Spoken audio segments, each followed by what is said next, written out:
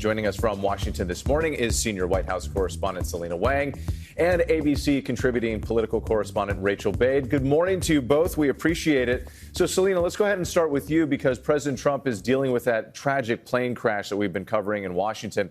And it's just his second week on the job. His response, though, getting a lot of reaction.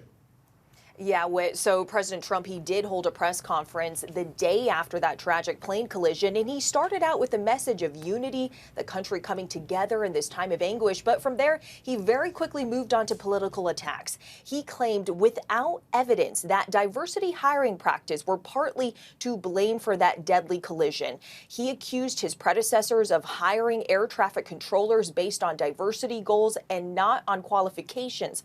But when the president was asked if he had any proof, well, he didn't have any. Democratic lawmakers, they are outraged, and the former Transportation Secretary Pete Buttigieg is blasting Trump's remarks as despicable. He said that as families grieve, Trump should be, quote, leading, not lying. Whip. And Rachael, let's bring you in now. Another major headline, the tariffs scheduled to go into effect today on Canada, Mexico, and China. What are Republicans saying about this, Rachael?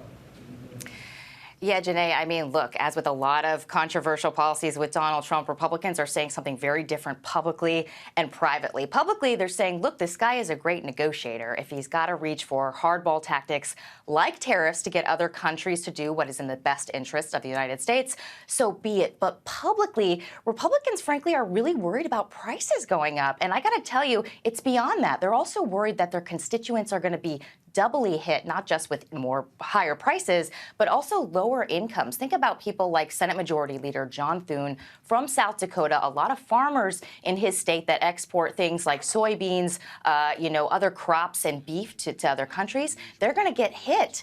Their incomes are going to decrease. The question, though, is what are they going to do about it, if anything, with pushing back on Donald Trump? Yeah, and I know we're still waiting on more details, too, so we'll stand by for that. Meantime, Selina, another topic that we're following here. What more are you learning about Trump's unprecedented move encouraging millions of federal workers to quit their jobs by offering buyouts? How could all of this play out? Yeah, guys, this is unprecedented, but President Trump sees it as him fulfilling his campaign vow to slash the size of the federal government. So earlier this week, his administration offered roughly 2 million federal workers the option to resign and to continue getting paid for several months. But if even a fraction of the workforce takes the Trump administration up on this offer, it could send shockwaves through the economy, and it could lead to disruptions of critical federal services.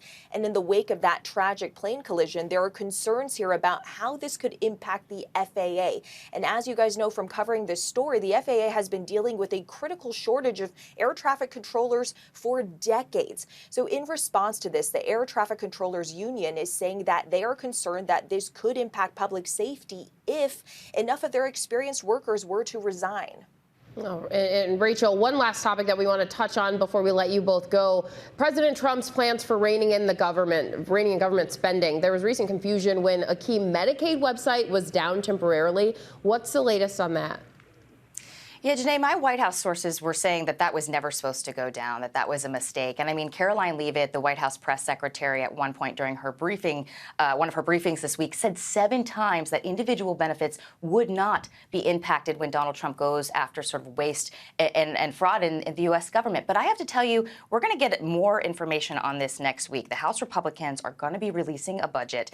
And I am told from my sources in the House that they've been talking about everything from work requirements for food stamps, cuts to Obamacare subsidies, cuts to Medicaid as well. Now, a lot of centrist Republicans, they're pushing back on this privately, saying it would be basically political suicide, that they could lose their House majority if they go after low and middle income earners, some people who voted for Donald Trump. And they're looking for an ally in Trump himself. There's a hope that because of all the chaos and confusion that the White House dealt with this week over potential cuts, that maybe he will side with them. All right. Well, ABC contributing political correspondent and senior White House correspondent Selina Wang and Rachael Bade, thank you both so much for being with us this morning.